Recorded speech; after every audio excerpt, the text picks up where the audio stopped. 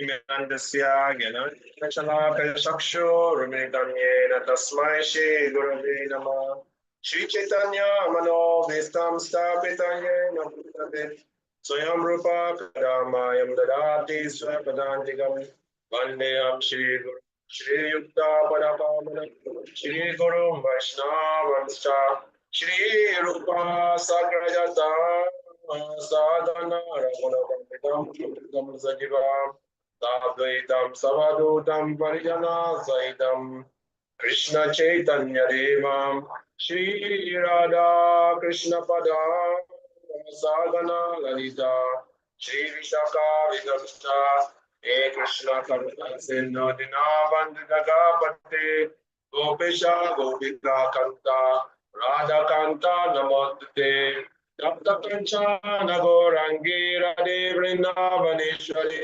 Vrishabhanusute Devi Pranamani Hari Priye Chakalpatarubhyascha Kipatindubhya Evacha Gatitanam Pavanebhyo Vaishnavebhyo Namo Namah Jai Shri Krishna Chaitanya Prabhu Nityananda Shri Advaita Gadadhara Shivasari Gaura Bhakta Hare Krishna, Krishna Krishna, Hare Hare, Hare Rama, Rama Rama, Hare Hare.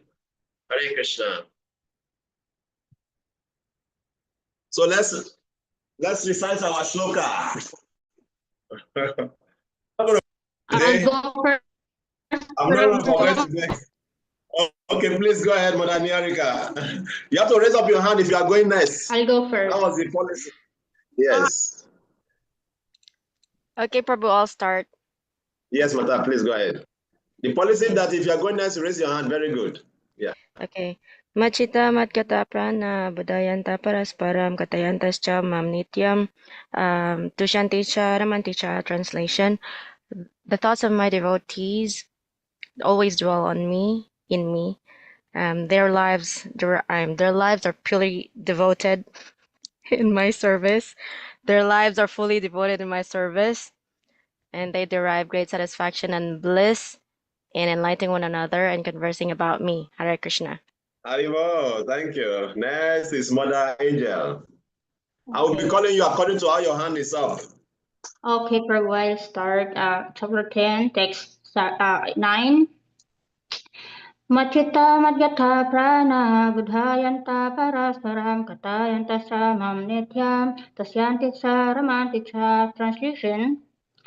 My thoughts of my devotees dwell in me. Their lives are fully devoted to my service, and they derive great satisfaction and bliss. And bliss. They derive satisfaction and bliss. What the next? From always enlightening. Okay. The bliss from always enlightening one another and conversing about me. Thank you. Mother Tripura. Yes, Prabhuji. 10.9. Machchitta madgata prana bodhayanta parasparam katayantascha mam nityam tushyanti cha ramanti cha. Translation. The thoughts of my pure devotee always dwell in me. Their lives are fully devoted in my service. They derive great satisfaction and bliss from enlightening one another and in conversing about me. Hare Krishna. Very good. Thank you. Mother Nikki. Yes, Prabhu. Okay, Hare Krishna. Chapter 10, text 9. Machita madhyata prana budayanta parasparam yathayantascha mamnityam tushanti cha ramanti cha. Translation. The thoughts of my pure devotees dwell in me. Their lives are fully devoted to my service, and they derive great satisfaction and bliss from always enlightening one another and conversing about me. Hare Krishna. Hare Krishna. Thank you very much. Lakshmi, you are the one remaining. Krishna. Maschita madgata prana bodhayantah parasparam katayantasya mam nityam tushyantasya brahmantisha. Translation. The thought of my pure devotee dwells in me, and their lives are fully devoted to my service, and they derive they derive great satisfaction and bliss from enlightening one another and conversing about me. Hare Krishna. Thank you very much. Hare Krishna. Thank you very much. Just clap for yourself. The only one who recited today. Hare Krishna. Thank you very much. It was nice. It's like this sloka is very sweet. You know, you were, all of you were getting it very nicely. Very nice. Okay, so let's continue from where we stopped yesterday. So who wants to summarize the visual group? When we started yesterday.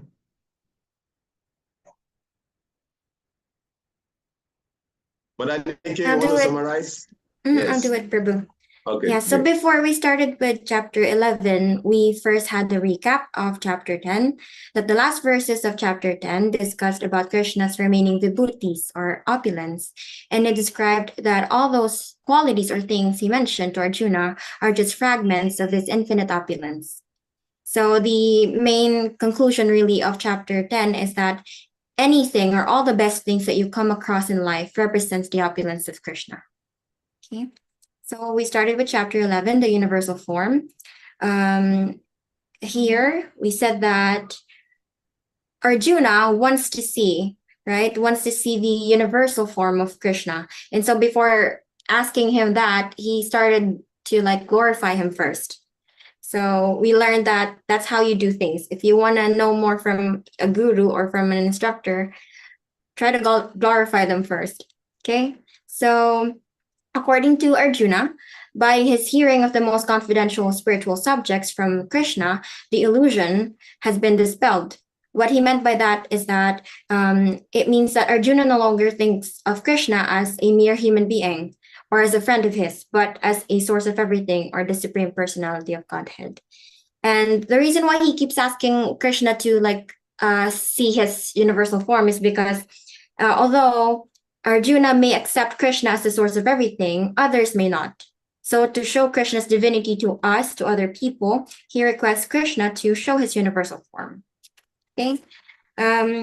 Okay. So for verse 2, 3, and the preceding verses, basically Krishna will, probably because I have too much notes, I think it will take too long. No, but it's all right. It's okay. Just summarize it to us. Yeah. So basically, before Krishna really revealed his universal form to Arjuna, we learned that according to the Acharya, that Arjuna actually has to step down his perception of Krishna in order to see his universal form, because in order to see that form of Krishna, you have to be at the level of the demigods. But Arjuna, you see, he sees Krishna's two-handed form. So that means Krishna has given him divine eyes or divya shakshu. So meaning, in order to see Krishna's universal form, Arjuna has to step down his sight or his perception.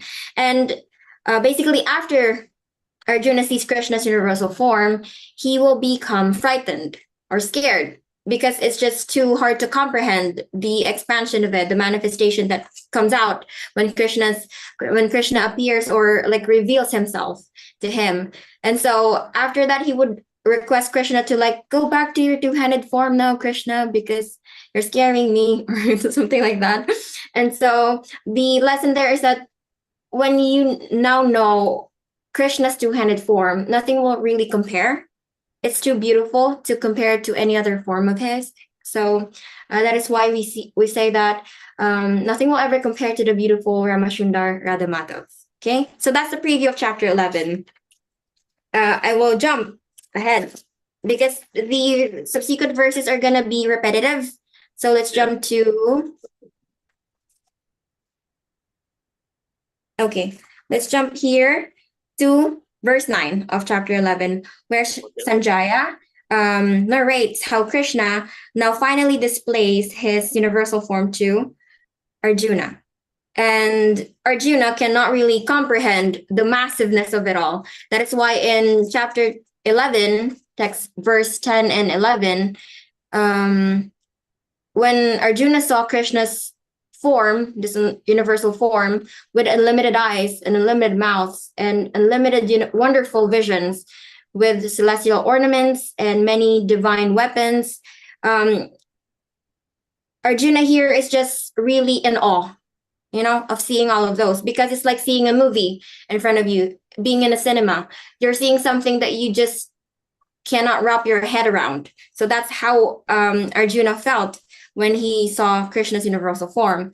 So according to this verse, particularly these two verses, the word aneka was mentioned again and again, right? Many, because Krishna really has universal, unlimited manifestations and unlimited qualities. And so these manifestations were distributed throughout the universe, but by the grace of Lord Shri Krishna, Arjuna could see them, and he could see them in one place, while sitting in one place, right?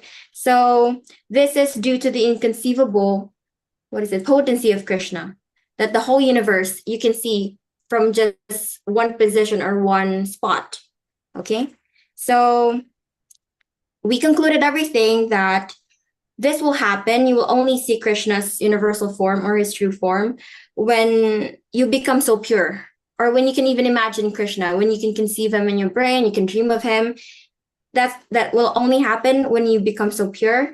And then how do we do that? We can only do that when we can only do that if we make Krishna part of our pastime and put him in our hearts. Okay, so that's it, Prabhu. Sorry for the topsy-turvy summarization. We really appreciate your summarization. Hare Krishna. So before we start, we were answering one question yesterday, Mother Nyarika. So I saw that she was not completely satisfied with the answer. So now we are going to start with that question again. Please, Mother, come up with your question. Yeah, Prabhu, wait 1 second. Let me read it. Okay.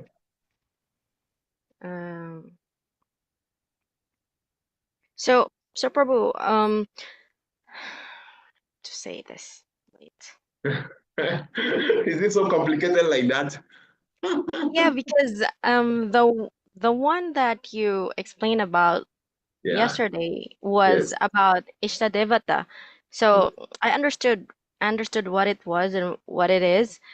But the thing is, my question was like, what if you don't actually have an Ishtadevata that is in your heart, and you're actually being pretentious with your devotion, and deep inside you're actually seeing Sri Krishna in a very scary manner, and like would Sri Krishna suddenly show up in your dreams and in your mind in that kind of scary form, like how you are seeing him in his in your heart, even if like you don't want to see such scary form because you're scared. So would it suddenly pop up or show up into your heart, and like like you're just scared because deep in you that you're actually not being devoted to him in a pure way, like you're just being pretentious. So that was my question. Oh, the question is much more complicated than what I thought. But it's okay. What happened is that to see Krishna, or Krishna to reveal himself to you, whether in a scary way or in a sweet form, it doesn't happen by chance. You understand? And because what happened is that, I gave example of Manavendra yesterday. There's you see some devotees, they will say, oh, when I came to the movement, I dreamt of Prabhupada, I dreamt of Krishna. And after that, they will never dream of anything like that. Even if they are stay for 50 years, 30 years in the movement, they will never get that again, And many also don't even desire for that, because the eagerness is not strong like when we started. So to actually see the form of Krishna, or to really see any form, whether scared form, like the universal form, like we're talking about, or to see his beautiful form, you must have some qualification. That is why even Krishna was revealing, even though he was revealing the form to him, he was not seeing it. But Krishna also gave him divine eyes, according to Baladevi Bhushan and Vishwanath Chakrabarti Thakur, the Acharya commentary. They say actually Arjuna was already seeing the pure transcendental form, beautiful form of Shama Sundar, Parthasati, directly in front of him. But the universal form is a material form, it's temporary also. Because with the alienation of the universe, the material form, the universal form will go. So it's temporary, it's a material form. So for Arjuna to see that form, he has to step down to the level of the divine Shakti Krishna gave him was the vision of the demigods, actually. Because Arjuna was much more, his vision was much more higher than the demigods. Even the demigods, they cannot see Krishna in his transcendental form. That is why even when Indra was seeing Krishna in Vrindavan, he could not realize that it's Krishna. He still have to want to destroy Krishna. Even when Brahma saw Krishna in Vrindavan, they could not realize that this is Krishna. Because you cannot, that is beautiful form, you cannot see it unless, you have been, given some special message by Krishna. You cannot even realize that that is the supreme person. Even when he's standing in front of them, they cannot even realize that he's the supreme personality of Godhead.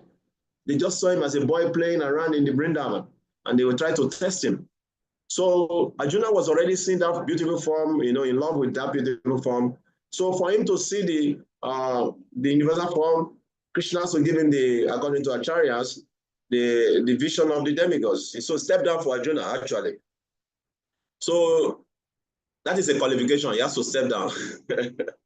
Actually. So what I'm trying to say in essence is that for you to see any form of the Lord, we need some qualification. Primanjana churita bhakti vilochane na santa sadaivari da yeshu vilokayanti yashama shundra machinte guna sura rupam govinda mari purusham tamam bhajami. So the pure devotees, they can only see this transcendental form in their heart of hearts only by the Primanjana, the highest of love. With there's this thing in I don't know whether they have it in Philippines that women used to put on their eye like this. It used to be black. They call it I've forgotten what we call it. They used to put it on their eyelid like this. It used to be black. What do they call it? Sparkle. Huh? Is it eyeliner? Yes. Yeah, it's black like this. They used to put this in their eye, this black side like this. Yeah. So we have to put the way this verse was described in the Brahma Samhita is that we have to put that slave of that eyelash of love in our eyes for us to be able to see Krishna. We have to put that love in our eyes. Like when you are putting that thing in your eyelashes. So you have to put that love in your eyes. So Krishna can only be seen by that prema, pure love, bhakti. That's what will give us that the eye to see him. You see? So whether this care form or the sweet forms of Shamshuddha or his Narayan form, we need qualification for us to see any of the form of the Lord. I don't know, maybe is that okay now? Okay, thank you very much. So any other question or comment? Okay, so let's continue from hearing the glories of the beautiful transcendental form of Krishna. So I'm going to share my screen now.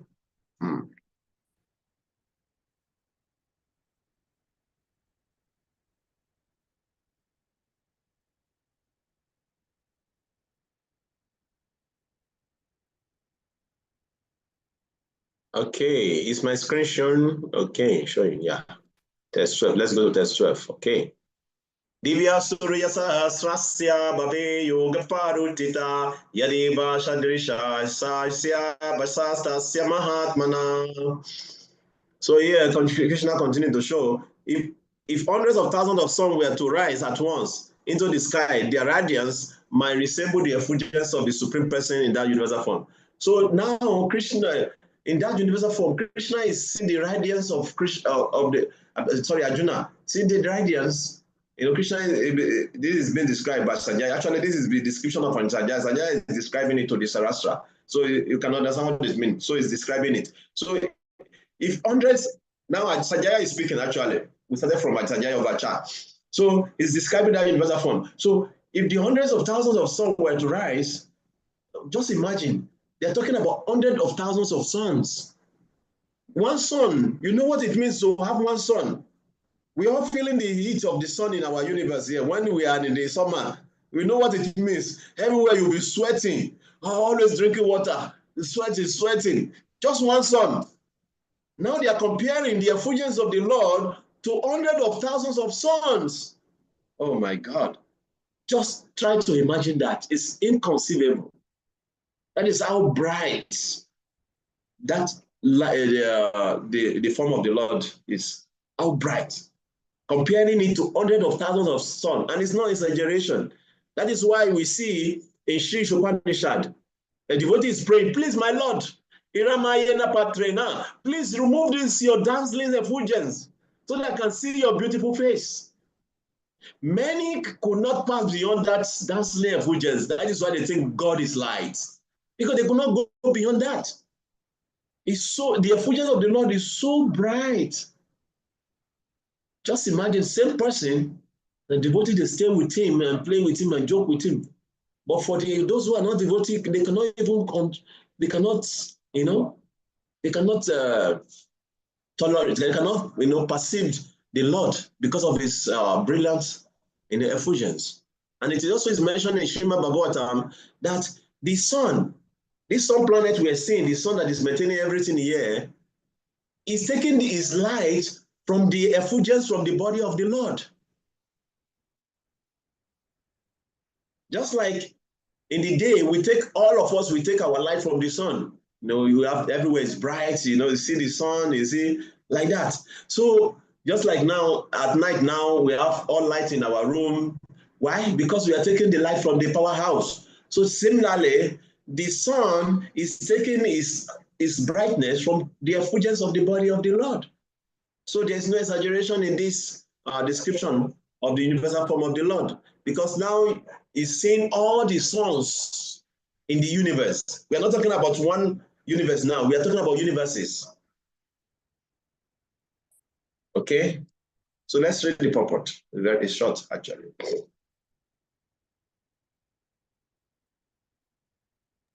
Okay, I'll I read. read it, Prabhu. Okay, go on.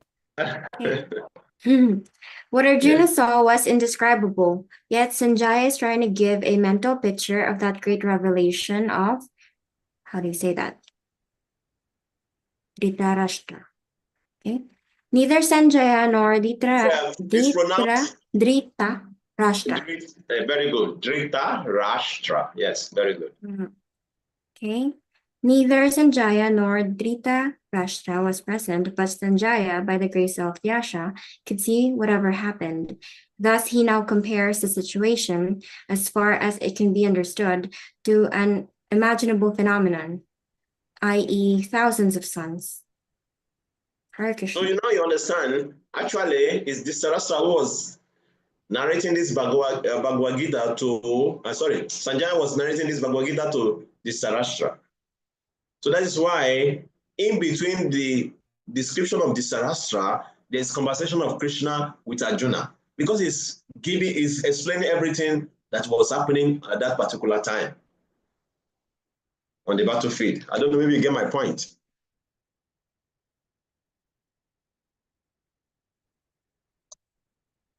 You understand the point?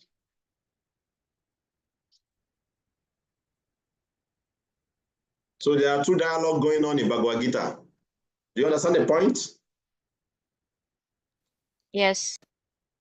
Just like in Bhagavatam, we have about how many dialogues actually? Cannot say one, because you have Sutta Goswami talking to the naming sages of Namisaraya, Sukadev Goswami speaking to Parishit Maharaj, Maitreya Muni speaking to Vidura.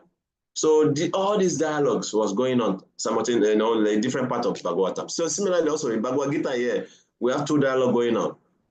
The whole Bhagavad Gita started with who? Sanjaya talking to Dhritarashtra. There you go. That is the whole picture. So Sanjaya was the one talking to Dhritarashtra. So he's talking to Dhritarashtra, is capturing Krishna's message to Arjuna. You see, this is what is going on. So here now is now describing the universal form. That's why it's been mentioned. Because Krishna will not describe it to Arjuna. Krishna was just showing it to Arjuna. You understand what I mean? Yeah, he was just showing it to him. But Dhritarashtra has to describe it to us, what he was seeing. Yes, so, yes, let's continue.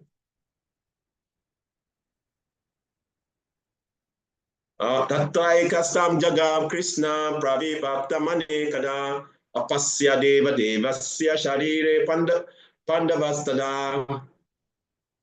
At that time, Arjuna could see in the universal form of the Lord the unlimited expansions of the universe, situated in one place, although divided into many, many thousands. He could see, just like when you are watching, what is that? The biggest screen. Who can tell us what is the inches we have, the biggest TV screen? 40? 40 is very small. 120? Oh, Projector, yes. projector. Is that? Projector. Projector is bigger. Huh? Oh, okay.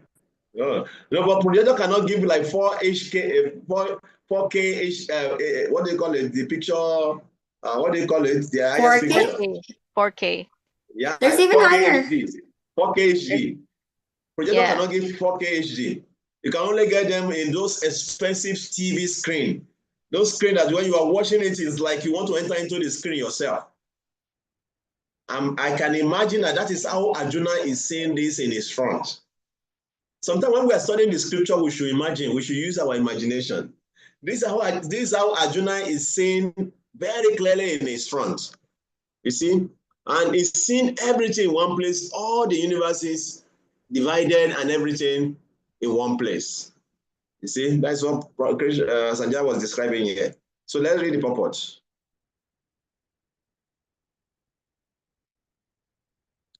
I read it, Prabhu.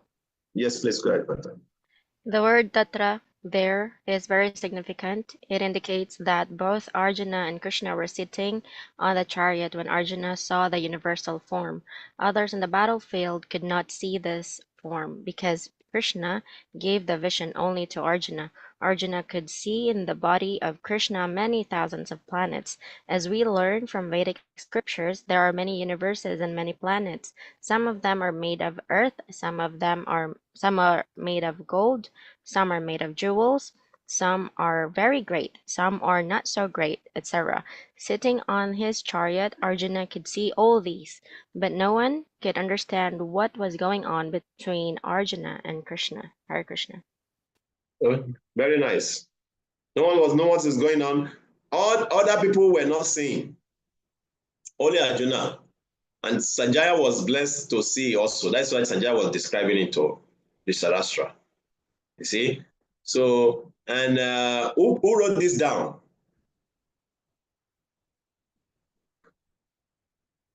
I didn't hear you, Mata. We didn't hear what you're saying. You have to unmute yourself if you want to speak. Who wrote it down? Who wrote this text down, Mahabharata and all this literature? Who wrote it down? People, no one. Vyasadeva. Srila Vyasadeva. Yes. Vyasadeva. No. You all miss it. Oh, sorry. Lord Ganesh. Oh. Lord. With Vyasadeva. Yeah, Lord Ganesh. Ganesh with Vyasadeva. Yeah. So Lord Ganesh was the one writing. Lord Ganesh wrote it down, but Vyasadeva was telling him. They had a contract. You see, I will continue to write. I will continue to write as long as you continue to speak. Once you stop speaking, I will stop writing. Just imagine. So yes. So it was easy. So sometimes the people used to have doubts. How was all this? Let me give you some little faith about scripture now. Because even the Christians, they used to ask challenge on how to explain their scripture in terms of the purity. Let me give you some faith. See, it's like this. The sages, especially when we talk about Vyasadeva, who is literally incarnation of Krishna, means it's empower Shakti avatar of Krishna. Even apart from him, the other sages, they are so powerful. After they have attained perfection of their mystic meditation, they can see anything in any part of the universe they want to see. You know, like they can sit down one place and they can travel and see whatever they want to see anywhere in the universe. It's just like what we have as a scientific what do you call it, creation now, satellite. The satellite is there on the air, in the air, and those who are controlling the satellite, they can stay anywhere in any country, and they can just use the camera through the power of the satellite to focus on anywhere they want to focus on. And that is why we have so many online things nowadays, like live news, live all these things happening because of this power of this satellite. So the sages were like that in those days. They don't need equipment, but their mind and their mystic power, they were so powerful that just by sitting down, they can see what is happening in anywhere, in any part of the world. And they only need to record down those activities that are in connection with the Supreme Lord for our own benefit. Because if they have to record everything down, there is no book to record everything down. But they only record down what is important for our own spiritual advancement. That is why we have Mahabharata. Just imagine if they have to record everything down. Even the Mahabharata will not be able to finish studying it. That is why sometimes when you hear about some particular pastime in Mahabharata, then in another Purana, you will come and hear another one version of that part of that pastime in another format that is detailed explained in another Purana. Just like if you read Mahabharata, there was one pastime of when Krishna and Bhima were going. So they saw there was a mountain of gold, and Krishna told Bhima is very strong. He has a power of 10,000 elephants. You know what it means to have a power of 10,000 elephants? So very strong guy. So there was a mountain of gold, and Krishna asked Bhima to push the mountain or try to lift it. And Bhima could not even budge it a bit. He could not budge the mountain of gold. He could not budge it. Means he tried, but he cannot even, just shift it a little, just to tilt it. He cannot do that. And Krishna told him, you know what that is? That was the earring of Hiranyakashipu. You understand? You understand? Even in Dwarapa Yoga, Bhima cannot push the earring of Hiranyakashipu. To tell you how big Hiranyakashipu was in Satya Yoga and how powerful he will be. Even when you read the pastime of Lord Nishingadev appearing to kill Hiranyakashipu, you will see in that pastime, it is mentioned that the hair on Lord Nishingadev's hair was touching the cloud to tell you how big, gigantic Lord Nishingadev was. And he grabbed Hiranyakashipu like a wasp. You know what is wasp? Very small, tiny insect. And that is how Hiranyakashipu, Lord Nishingadev, they bifurcated Hiranyakashipu like a wasp. It tore him into two like incense. Like when you pick incense, for you to pick incense on the ground and divide it into two. Is it difficult for you? No, not difficult. Abakara kamalakare nakamad butashingam. Dalita Hiranyakashipu tanu bringam. You see, Dalita Hiranyakashipu tanu bringam. It bifurcated him just like Dalita Hiranyakashipu tanu bringam, like a small ant. Keshavadrita Narahare Rupa Jai Jagadishare. You see, he bifurcated him just like a hand. And the same Hiranyakashipu, Bhima could not move his earring in Dwarapa Yoga. Just to give you an idea how big. So some of this passage not mentioned in Mahabharata, we got it from another Purana. So what I'm trying to say in essence is that so many activities, so many pastimes, they put those that are important for us, for our own spiritual upliftment and advancement in the scripture. Because if they have to write everything, the book of this world will not be able to contain it. Even it is mentioned in Srimad Bhagavatam that Ananta, the many-hooded Naga, form of Lord Balaram, incarnation of Lord Balaram, he has been singing the glories of Krishna from the beginning of creation, because Lord Vishnu is lying on him, Mahavishnu is lying on that. He has been singing the glories of Vishnu, of the Lord, from the beginning of creation, till now he is singing the glories of the Lord. He has not finished, and he will not finish. You continue for the eternity. To tell you how great and unlimited the greatness, the potency and the greatness of Krishna is, or Narayan, or Vishnu, whatever. So just to give you an idea. So there's no book in this world that can write all the activities of the Lord. And some people are somewhere, they have only one book about the Lord, and they say there's nothing anymore anybody can tell them about God. Oh my God. You have not started the journey of understanding God. If you limit your knowledge to one book, you have not started your journey of understanding God. Even all the book, the literature we have in our sampradaya, in our line, if you start reading it from the day you are born till you will die, I don't think you'll be able to finish it. To talk about the greatness of God. So great. So here, the Lord is showing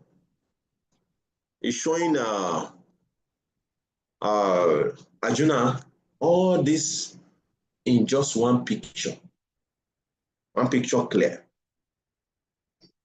And we are here also hearing about it. See how fortunate Prabhupada made us to be hearing about this greatness. And see what happened to Prabhupada mentioned in the purpose. See, we talk about this, we only know about this, our universe or our head. Prabhupada said in the purpose, some of the universe are made up of what? Made up of gold. That is, we have golden universe. How can you comprehend this? Some of them are made up of jewels. How can we comprehend this? This is beyond our income, just like in Srimad Bhagavad described, there's a description also that we have the 7 oceans. We have ocean of salt, ocean of milk, ocean of liquor, ocean of yogurt, ocean of honey. Just imagine you find yourself in the ocean of honey planets. You are going to, if the businessman in this world find the ocean of honey, oh, they will try to dry it. You see? But we have all these oceans in other universes. But in our own universe, our Earth, we have only ocean of salt. Even the salt, we are taking it from the time since they know that we can put salt inside the food. They have been mining the salt. Till now, it's still there, unlimited. That is how great the Lord is. Unlimited, unfathomable. Okay, let's continue hearing about this greatness of our God. Okay, let's continue. Tatasa Vishmamya Vishto Rishtaro Madana Jaya Pranamya Shirasha Devam Krita Jali Ashata Abashata. Then bewildered and astonished, his head standing on hand, Arjuna bowed his head to offer obeisances and with folded hand began to pray to the Supreme Lord. You see, now it's bewilderness. So just imagine you see this form of the universe in one place. Sometimes when we travel and you see some sceneries, when you are traveling, you marvel. Say, wow, so beautiful. Just Arjuna seeing all this beauty and ugly, because there's some part of the creation also that look very ugly also. Just as some parts look very beautiful. Everything is together. So now all this manifestation in one place. It's bewildered and astonished. And now his head is standing on her. Oh, wow. Wow, it's, it's in awe and reference. Seeing all this. Now he's putting his hand together. Then he will start praying very soon. So let's hear Already, the purport. Yes, please. Okay. Once the divine vision is revealed, the relationship between Krishna and Arjuna changes immediately. Yeah. Before, Krishna and Arjuna had a relationship based on friendship, but here, after the revelation, Arjuna is offering obeisances with great respect. And with folded hands, he is praying to Krishna. He is praising the universal form. Thus, Arjuna's relationship becomes one of wonder rather than friendship. Great devotees see Krishna as the reservoir of all relationship in the scriptures. There are 12 basic kinds of relationship mentioned, and all of them are present in Krishna. It is said that he is the ocean of all relationship, exchange between two living entities, between the gods, or between the between the Supreme Lord and his devotees. Here Arjuna was inspired by relationship wonder, and that wonder, although he was by nature very sober, calm and quiet, he became ecstatic. His hair stood up, and he began to offer his obeisances unto the Supreme Lord with folded hands. He was not, of course, a friend. He was affected by the wonders of the Supreme Lord. The immediate context is wonder. His natural loving friendship was overwhelmed by wonder, and thus he reacted in this way. Hare Krishna. Thank you very much. So, Prabhupada mentioned here, what relationship Arjuna is having with Krishna here?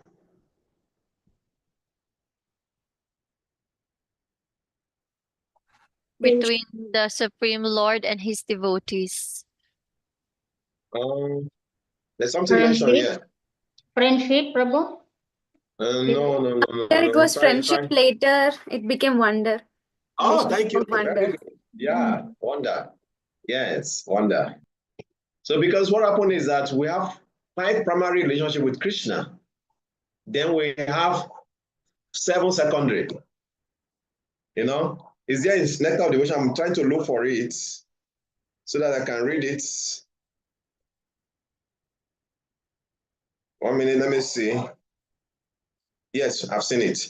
So we have 5 primary rasas with Krishna, and there's 7, you know, that is not, that is secondary, which Krishna also, you know, have with other people. Not, it may not be very intimate devotees, but with his intimate devotees, 5. And that is why Arjuna was having friendship relationship with Krishna before. But that friendship relationship now has transformed into wonder. Seeing the you know, astonishing form of seeing the astonishing universal form of Krishna. It was bewildered, astonished.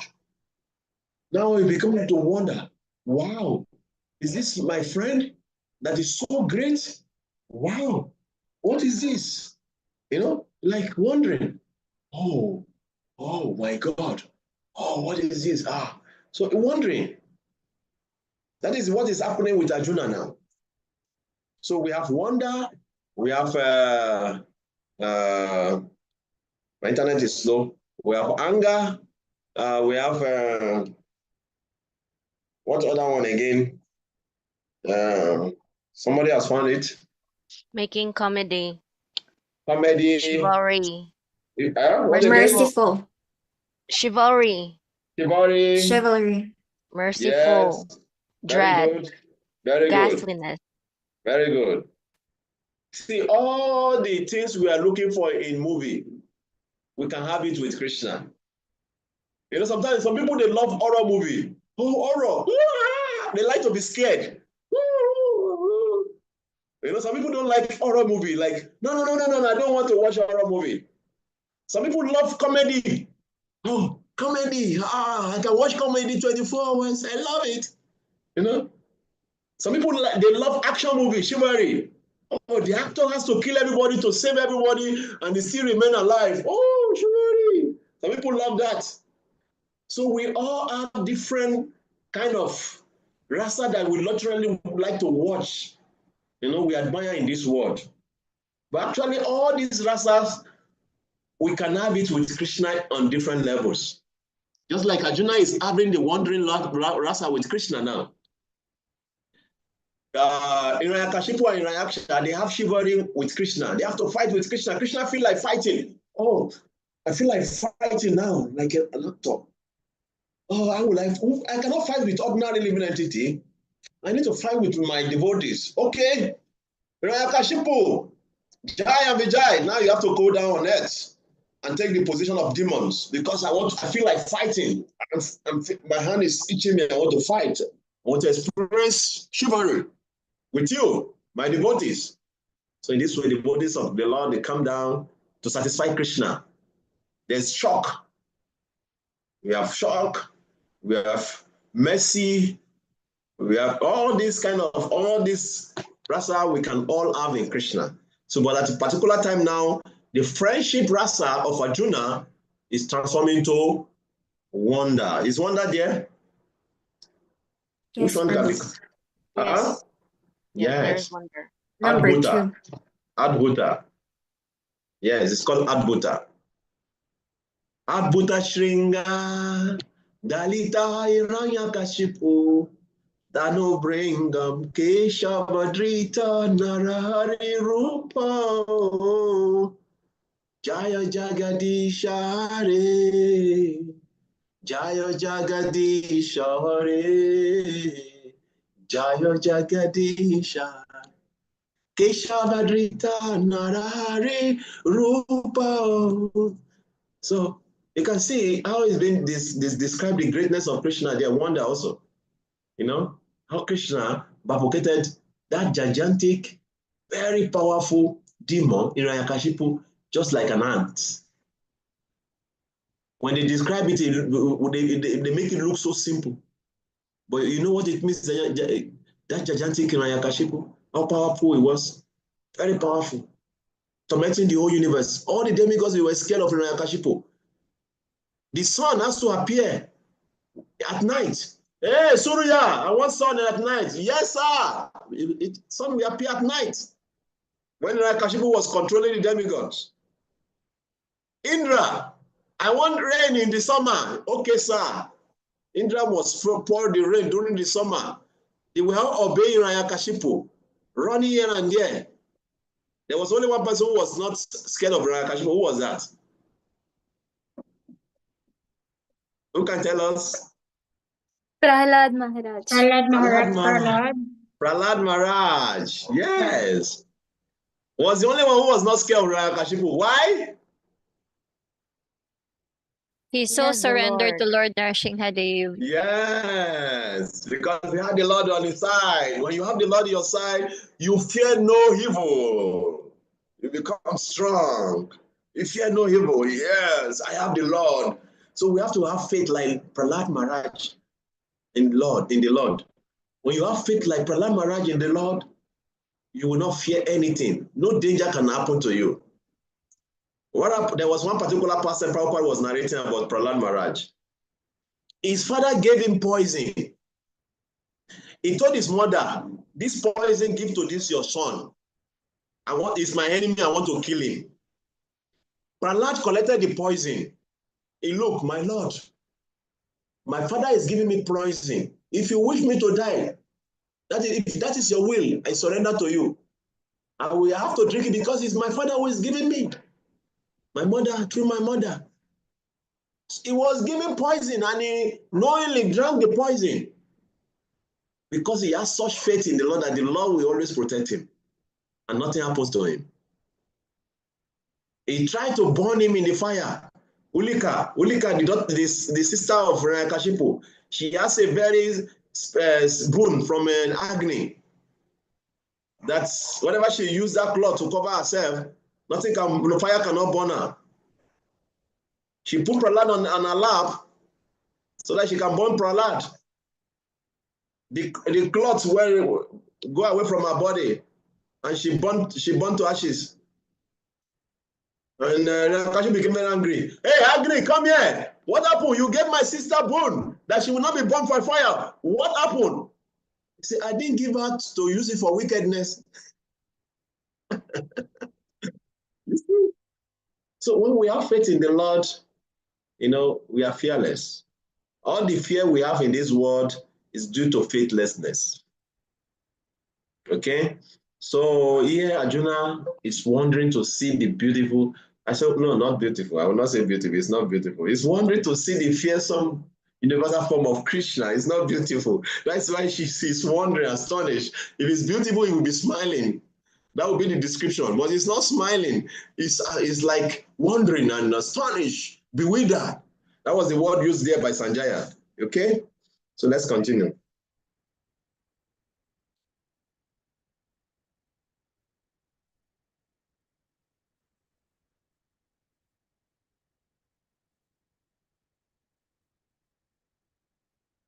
Now, after seeing this, Arjuna started offering prayer to Krishna. Very nice prayers. Arjuna uvasha pasyami devatava devade sarvam tata bhuta vishesha sangan barmana misham kamalasanam stam rishim cha sarvahuragam cha devyam. So now Arjuna is offering prayers to the Lord. Arjuna said, my dear Lord, I see assembled in your body all the demigods and various other living entities. I see Brahma sitting on the lotus flower, as well as Lord Shiva, all the sages and divine serpent. You see, so Arjuna is telling us what he has seen that is making him to be wondering, astonished and bewildered.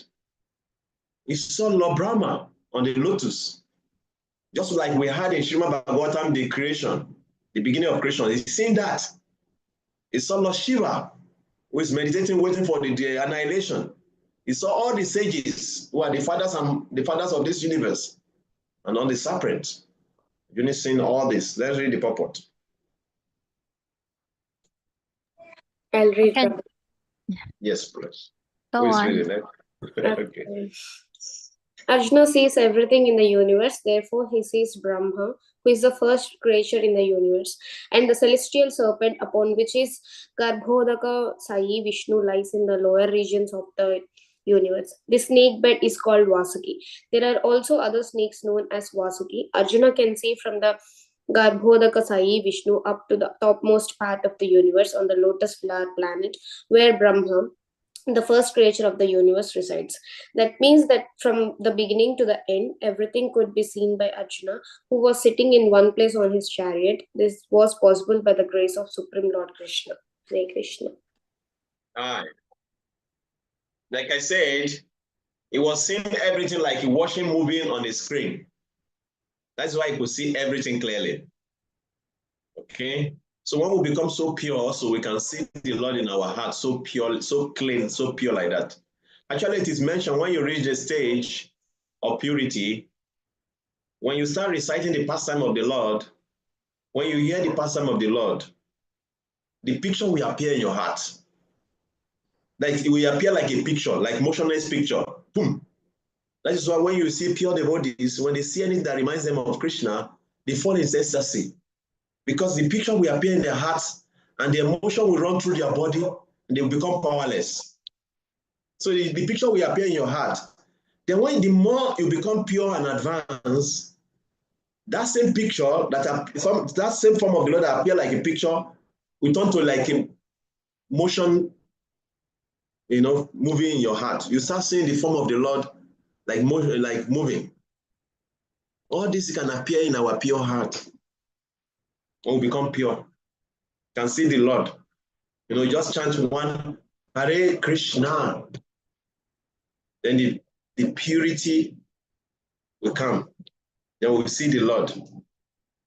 But for us to come to that level, we have to come to the mode of goodness. Very, very important for us to come to the mode of goodness. If we don't come to the mode of goodness, we cannot come to that level. And for us to come to the mode of goodness, we have to be clean. We have to be punctual in whatever we do. Clean, punctual, cleanliness, punctuality, conscious of time. These are the symptoms of bhava, to develop of bhava. You know, time should not, you would don't want time to be wasted.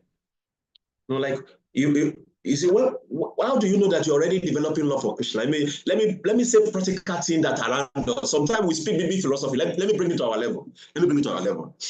See, when you start developing your love for Krishna, you know, when we talk about cleanliness, where you are staying, you don't like to dirty the place. You're always conscious of cleanliness. You know, you always cleaning, because Prabhupada said cleanliness is not less to godliness. Cleanliness is godliness.